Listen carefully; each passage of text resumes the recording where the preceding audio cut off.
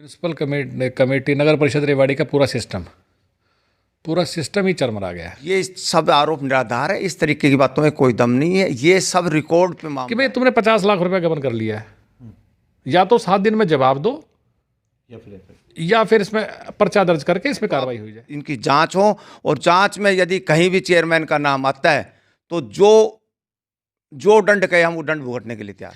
तेरा पारिवारिक इतिहास है वो कब्जे वाला है, कीजिए आप तख्त पे सोने की आदत डाल लो।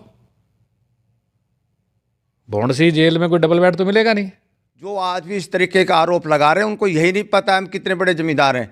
हमें इन चीज़ों की क्या जरूरत है। भ्रष्टाचार का जिन ऐसा है कि नगर परिषद में शांत होने का नाम ही नहीं ले रहा है।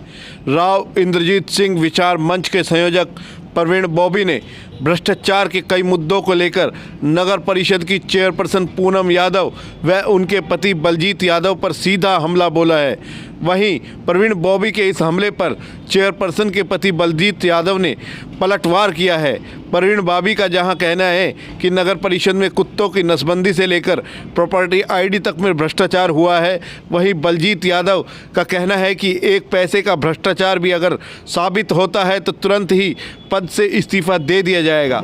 हाल ही में यह मामला इसलिए चर्चा में आया है क्योंकि प्रवीण बॉबी ने कई मुद्दों को लेकर सरकार के पास नगर परिषद की चेयरपर्सन व अधिकारियों की शिकायत भेजी है। खैर, केंद्रीय मंत्री राव इंद्रजीत सिंह के दो सिपाहियों के बीच की यह जंग आने वाले दिनों में क्या गुल खिलाएगी, यह देखने वाली बात रहेगी। कुत्तों की नसबंदी हुई थी जी, आज से करीब 2 साल पहले एक टेंडर दिया गया था और सिर्फ उस टेंडर निकाल के 49,30,200 रुपए के बिल उसके काट दिए गए।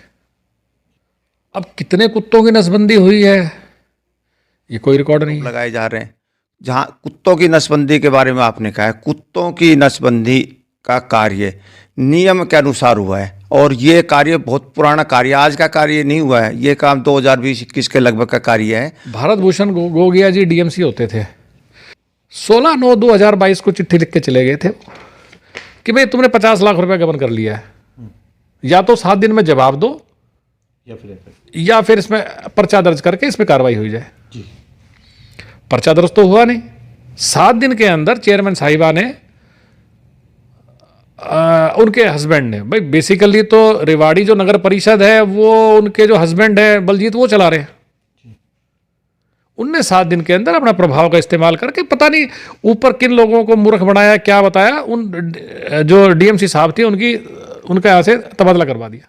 3 साल का समय हुआ है चेयरमैन को। अपनी तरफ से बहुत ईमानदारी निष्ठा से कार्य किया है और कार्य इतने किए हैं कि पिछले 10 सालों में इतने काम नहीं हुए होंगे। कुछ काम हो सकता है ना भी हुए हों। और जहाँ तक आरोप लगाने की बात है, मैं भी कई दिन तक देख रहा हूँ वीडियो पर आरोप लगाए जा रहे हैं। दिया है स्नेह animal welfare society registered village Maheshwari Dharweda, और चेक से पेमेंट इसकी करी जा रही है सीकर राजस्थान। इससे भारी फ्रॉड और क्या होगा। ऐसा नहीं हो सकता, और ऐसा कभी भी ये ऐसा गलत काम नहीं हो सकता। नहीं काम हुआ होगा, फाइल देखी थी, इस तरीके कोई नहीं। डंपर था यहाँ पे, डंपर चोरी हो गया। इतना बड़ा डंपर कोई साइकिल मोटरसाइकिल थोड़ी है कि उठा ले गया, पूरा ट्रक होता है, वो चोरी हो गया जी। कई हफ्तों के बाद तो उसकी पर्चा दर्ज करवाया इनने। मीन टाइम उसका वो लॉग बुक भी भरते रहे। ड्राइवर ने बयान दे रखे हैं, ड्राइवर के बयान है, वो इनने फाइल दबा रखी है। आरटीआई लगाओ, कोई जवाब नहीं। चोरी हुआ राम सिंहपुरा से, तो उस टाइम डंपर चोरी होने के बाद जहाँ भी कंसर्न थाना है उसमें उसकी एफआईआर दर्ज करवाई कंसर्न अधिकारी ने।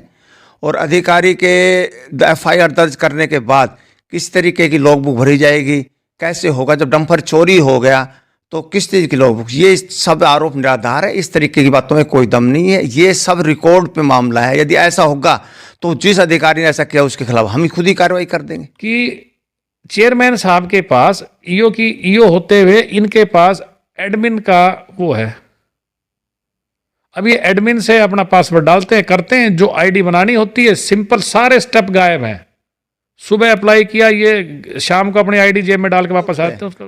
यदि एडमिन का पोर्टल, पहले तो एक मैं उन भाइयों को ये बताता हूँ जो आरोप लगाने वाले हैं, उनको यही नहीं पता है कि प्रधान एक राजनीतिक पद होता है, उसका कोई पोर्टल नहीं होता। सबसे पहले तो मैं आपको ये बताता हूँ, और इस तरीके का कोई पोर्टल नहीं है। यदि इस तरीके का कोई प्रधान का कोई पोर्टल है तो मैं अभी रिजाइन करवा दूंगा, और जो वो कहें वो दंड भुगतने के लिए तैयार है। वीडियो साहब से इनने मिलके दुकानें बनाई, बीआई साहब ने, बिल्डिंग इंस्पेक्टर सुशील कुमार जी ने, चेयरमैन साहब से बात करी, बनाओ दुकानें, बनाए, बेचे, दुकानें बेच दी। वहाँ 4 एकड़ जमीन हरियाणा सरकार ने हिंदू हाई स्कूल की सोसाइटी को दी थी, स्कूल चलाने की दी थी कि नो लॉस नो प्रॉफिट पे स्कूल चलेगा।